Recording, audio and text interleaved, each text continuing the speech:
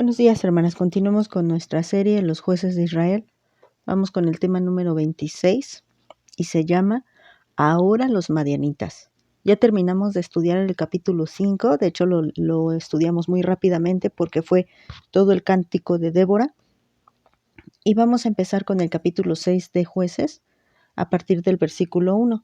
Vamos a leerlo. Dice así: Los hijos de Israel hicieron lo malo ante los ojos de Jehová. Y Jehová los entregó en mano de Madián por 7 años, y la mano de Madián prevaleció contra Israel. Y los hijos de Israel, por causa de los madianitas, se hicieron cuevas en los montes y cavernas y lugares fortificados. Bueno, antes de continuar leyendo, decíamos ahora los madianitas, o sea, ya hemos visto cómo Moab, cómo Mesopotamia, cómo los de Siria han sido enemigos de Israel y han estado atacándoles los filisteos también, y ahora Madián. Ahí en el mapa vamos a ver que Madián se encuentra en la parte inferior de la región que queda cercana a la tierra de Canaán, y sabemos que ya esa tierra ya es Israel, porque ya llegaron los israelitas y ya en parte conquistaron ese territorio. Y se supone que ya no les debe pertenecer a los cananeos, aunque sabemos que todavía hay presencia de cananeos en esa región. Bueno, los madianitas eran vecinos, y vemos cómo los vecinos han estado atacando a Israel, cómo pues Dios ha permitido que lleguen estos enemigos y aflijan al pueblo por causa de su pecado. Y vamos a ver cómo dice, los hijos de Israel otra vez hicieron lo malo ante Jehová y por eso ahora Dios los entrega en las manos de Madián. Y recordemos que la palabra entregar también se puede entender como vender como esclavos. El Señor decide venderlos como esclavos por causa de su pecado, siempre en cuestión de disciplina, buscando un arrepentimiento auténtico de parte de los hijos de Israel. ¿Y quiénes eran los madianitas? Pues hay que recordar que ahí en Génesis 25, del 1 al 4, nos dice que Madián era descendiente de Cetura, la segunda mujer de Abraham. Recuerda que cuando Sara muere, cuando Sara ya no está, Abraham toma otra mujer con la cual tiene varios hijos, y uno de esos hijos fue Madián. Entonces, Madián también es descendiente de Abraham, pero recuerda que el hijo exclusivo de Abraham fue Isaac, de donde vienen los israelitas, porque después de Isaac viene Jacob, al que se le cambia el nombre de Israel. Entonces eran parientes también. Hemos visto cómo también los moabitas y los amonitas eran parientes de Israel, los madianitas también, pero bueno, con el tiempo obviamente esos parentescos se van perdiendo y vienen las enemistades. Continuemos leyendo en el versículo 3, dice así: Pues sucedía que cuando Israel había sembrado, subían los madianitas y amalecitas y los hijos del oriente contra ellos, y subían y los atacaban, y acampando contra ellos destruían los frutos de la tierra hasta llegar a Gaza, y no dejaban que comer en Israel ni oveja, ni bueyes, ni asnos. Dice que los madianitas, los amalecitas y los hijos de Oriente, o sea que hay una alianza nuevamente de 3 que va contra Israel para devastar y para consumir lo que ellos están produciendo. Miren, ahí en el mapa nuevamente encontramos a Gaza. Dice la palabra de Dios que ellos fueron destruyendo y fueron consumiendo lo que los israelitas hacían hasta llegar hasta Gaza.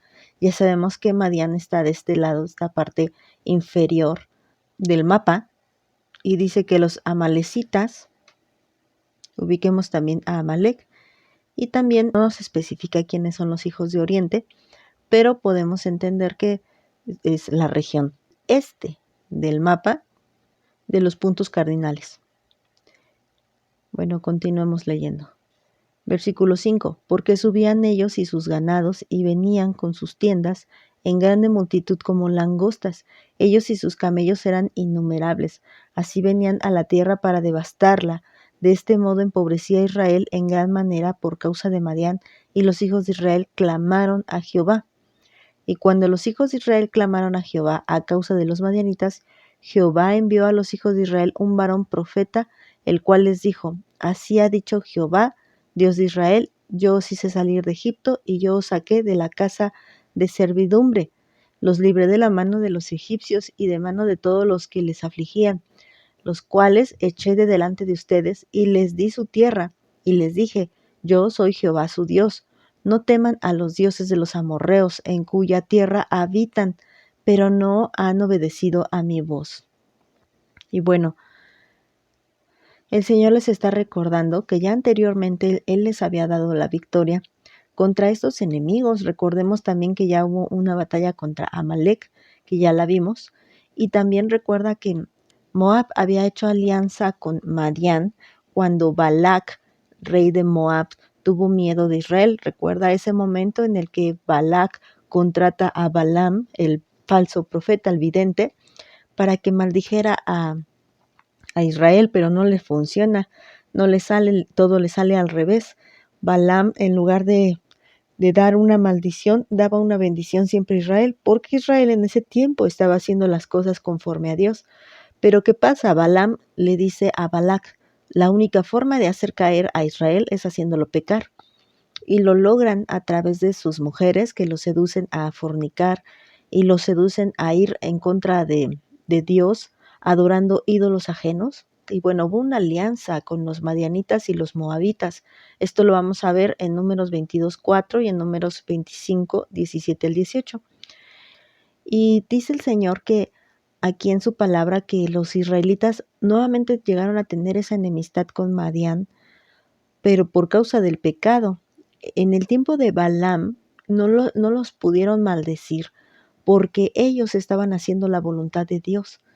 Pero cuando ellos desobedecen y fornican, y tanto física como espiritualmente, pues ellos caen y se vuelven presa fácil para el enemigo. Aquí parece ser que ellos seguían sin entender. Y vamos a ver todo el libro de Jueces que ellos seguían sin entender. Ellos no obedecían a la voz de Dios y Dios mandaba diferentes cosas para afligirlos, para que ellos se arrepintieran con autenticidad, pero pues no lo hacían. ¿Y ahora qué los llevaba al pecado? Es importante ver que dice que ellos se tenían que esconder en cuevas, tenían que hacer cavernas y lugares fortificados para que no tuvieran pues ese encuentro con los madianitas que los estaban devastando. Ellos sembraban, ellos cultivaban la tierra y los madianitas la consumían. Entonces, por eso la palabra de Dios dice que eran como langostas que llegaban con su montonal de camellos, que dice que eran como una gran multitud. Ellos llegaban con sus tiendas y se establecían ahí en Israel y poco a poco iban avanzando hasta llegar a Gaza, o sea que de lado a lado, de lado a lado fueron avanzando. Y es que si nosotras no tenemos cuidado de no pecar contra Dios, el pecado va a ir avanzando poco a poco. El enemigo va a ir ganando terreno hasta devastarlo todo. ¿Y nosotros qué vamos a hacer? Espiritualmente hablando, ¿qué vamos a hacer? Si nosotros no nos escondemos, sino que confesamos nuestros pecados, prosperaremos. Mira, recuerda este proverbio, Proverbios 28:13.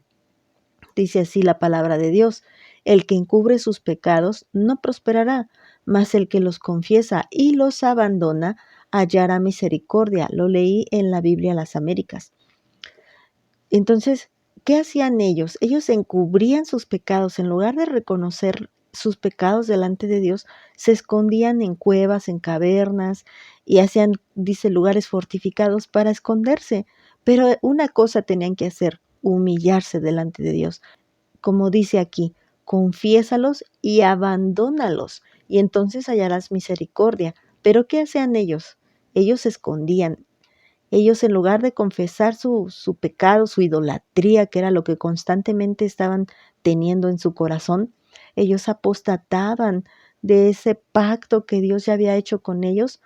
Pues Dios obviamente iba a mandar una consecuencia contra ellos. Y la consecuencia era que los madianitas devastaban, iban avanzando, como les digo, iban tomando ventaja sobre ellos, y ellos iban siendo cada vez más pobres, porque dice aquí que por causa de los madianitas ellos se empobrecían cada vez más. Y entonces, ya que son pobres, claman a Dios, pero fíjate, no claman a Dios por su pecado, claman a Dios porque son pobres. Y mucha gente así llega con Cristo, no busca a Dios, busca las riquezas, busca la prosperidad, pero la verdadera prosperidad está en hallar misericordia, como lo acabamos de leer en el Proverbio 28:13.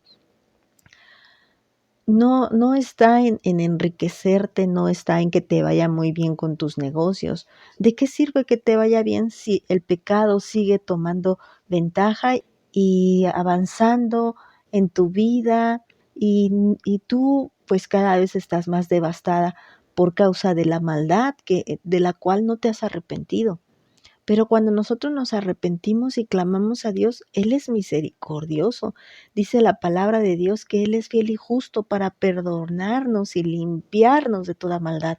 Pero cuando confesamos nuestros pecados. Aquí los israelitas estaban clamando a Dios por causa de esa pobreza, porque no podían prosperar. No prosperaban ni física ni espiritualmente. Y tú podrías decir, ¿por qué nunca me salen las cosas bien?